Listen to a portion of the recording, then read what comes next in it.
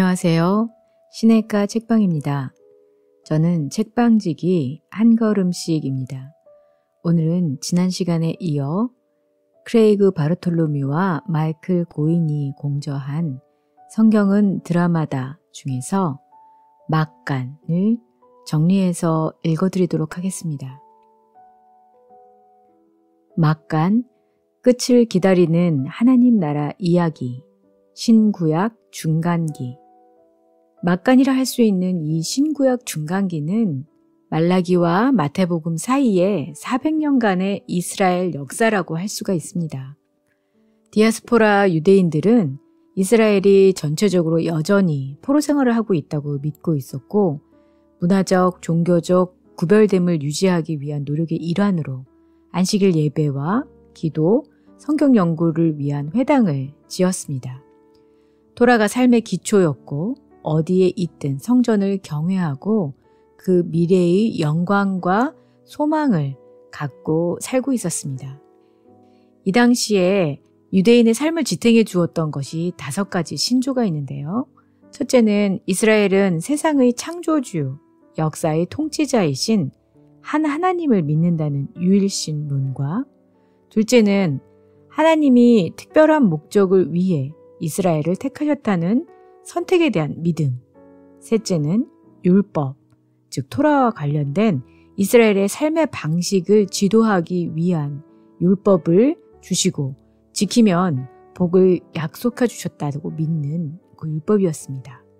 넷째는 하나님이 모세와 여호수아를 통해서 자기 백성들에게 주신 땅과 그곳에 세워진 성전과 관련되어 있는데, 부동산이지만 본향 이상이고 거룩한 곳이고 그들 삶을 규정하는 중심이었습니다. 5번째는 이스라엘의 불성실함에도 불구하고 여호와는 자기 백성에게 신실하실 것이다. 하나님의 미래에 이루실 구속 사역에 대한 이스라엘의 소망이었습니다. 하지만 이러한 믿음이 심각한 시험을 받게 되었습니다. 왜냐하면 외세 식민 정부들의 지배를 받으면서 선지자들의 약속이 어떻게 된 것인지를 질문을 던지게 되었습니다. 페르시아 제국 내에서는 포로로 끌려갔다가 귀환을 하게 된 후에도 여전히 당황과 좌절을 하고 정치적, 종교적으로 아직 포로 생활을 하는 것으로 생각을 했습니다. 언약을 어긴 백성에 대한 심판이 아직 끝내신 게 아니라 여겨서 신실함을 보여주면 소망이 있다고도 생각을 했습니다. 그리고 구두로 가르침을 전하는 전통이 시작이 되었고, 평범한 사람들에게 율법을 가르치는 회당을 세웠습니다. BC 331년에 알렉산더의 군대가 페르시아 정복 후 헬레니즘 문화를 강요함으로써 자신의 새 제국을 통합을 하려고 했는데요. 헬레니즘은 하나님의 유일한 백성으로서 이스라엘의 문화적, 종교적 고결성을 무너뜨리기 시작했습니다. 알렉산더 이후의 그리스 제국은 BC 323년 알렉산더 사후 처음에는 프톨레마이오스 왕조 지배를 받다가 BC 311년에서 BC 198년까지, 다음엔 셀레우코스 왕조의 지배를 받았습니다. BC 198년에서 164년까지.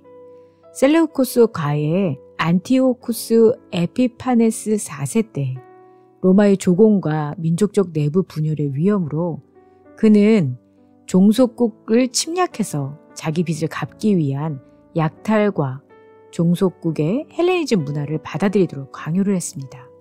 예루살렘 성전을 약탈하고 또 유대인들을 그리스화하도록 시도했는데요. 그래서 유대인들은 무척 화가 나고 그것에 반항을 하기 시작을 했습니다. 그래서 마카베오 혁명이 BC 167년에 일어났습니다. 마타디아가 그리스 군사를 죽이고 5 아들과 함께 사막으로 도망을 간 후에 반군을 조직하고 셋째 아들 유다가 게릴라군의 수장으로서 망치로 적을 공격해서 망치라는 뜻의 마카베오라는 별명을 얻게 되었습니다. 마카베오의 형 시몬의 후손들이 80년간 통치를 해서 하스모니아 왕조를 이루었습니다. 안티오쿠스 치하에서 셀레우코스 왕조가 유대 백성들을 억압한 것, 그리고 그 이후 그곳의 이방 통치자들을 대항한 마카베오 혁명에 대해 아는 것이 중요합니다. 유대인들에게는 출애굽처럼 그들의 역사가 결정적인 순간 하나님이 선지자 통해서 약속했듯이 이스라엘의 그분 나라를 회복하실 것을 기대하고 있었습니다. 그러나 로마의 소나기 안에 있게 되는 운명에 처했는데요. BC 63년에는 폼페이우스 대제가 예루살렘을 진격하기도 했었고요. 거의 500년간 지속된 로마 주둔이 로마 정부가 꼭두각시 왕과 임명한 총독들을 통해 간접적으로 다스리는 정책을 선택했습니다. 성전의 대제사장을 중요한 직책으로 만들었습니다. 압제적인 통치하에 있던 이스라엘에서 이방인들을 향한 인종적 증오는 커져만 갔고 국지적인 반란이 계속 표출되었습니다. 예수님이 오시기까지 이스라엘은 소망과 두려움이 강렬했던 열광적이기까지 했던 민족이었고 그 나라의 도래를 돕기 위해 행동할 준비가 되어 있었습니다. 하나님 나라를 향한 이스라엘의 소망을 보면요. 이스라엘 백성들은 역사가 두 개의 시기로 구별될 것으로 생각을 했습니다. 현 시대와 다가올 시대. 강력한 구원 사역은 메시아, 즉 기름 부음 받은 자를 통해 성취될 것인데 구속을 이루실 신적 대행자는 하나님의 새로운 나라를 도래하게 할 기름 부음 받은 왕일 것이라고 생각했습니다. 고난받는 메시아에 대한 개념은 거의 없었습니다. 하나님이 어떻게, 언제, 누구를 통해서 이 일들을 이루실지에 대해서는 그날이 올 때까지 그들이 어떻게 살아야 하는지에 대해서는 유대인들 사이에 의견이 분분했습니다. 이스라엘 소망에 대한 다양한 표현들로 여러 모양의 사람들이 있었습니다. 바리새파는 바리새인들은 모세로부터 내려왔다고 하는 구전 전통과 율법을 가르치는 교사들로서 회당에서 두각을 나타냈습니다. 긴급한 필요 두 가지는 이스라엘이 이교 사상과 관습들에서 완전히 분리되도록 이 민족의 혁명적 변화를 일으키는 것과 하나님의 신실한 백성들이 토라에 대해 급진적 순종을 하는 것, 즉 분리와 순종은 하나님의 본질적 진리의 양면이라 여겼습니다.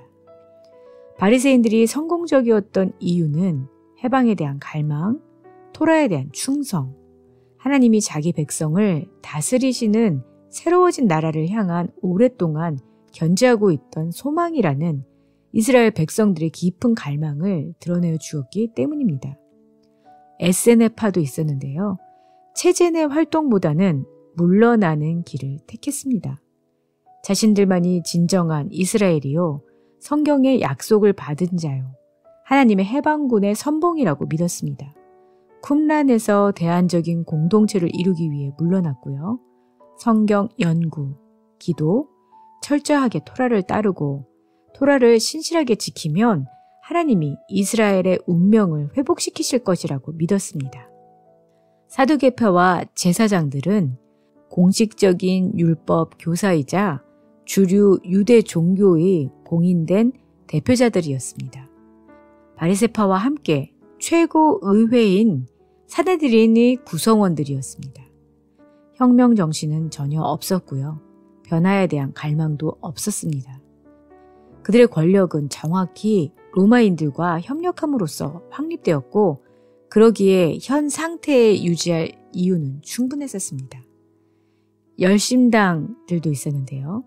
열심당은 토라에 충성했고 이교 문화와 타협하는 것에 대해 극렬히 저항했고 목적을 이루기 위해 폭력을 사용하는 것 또한 받아들이고 대의를 위해 목숨을 바치는 사람들이었습니다.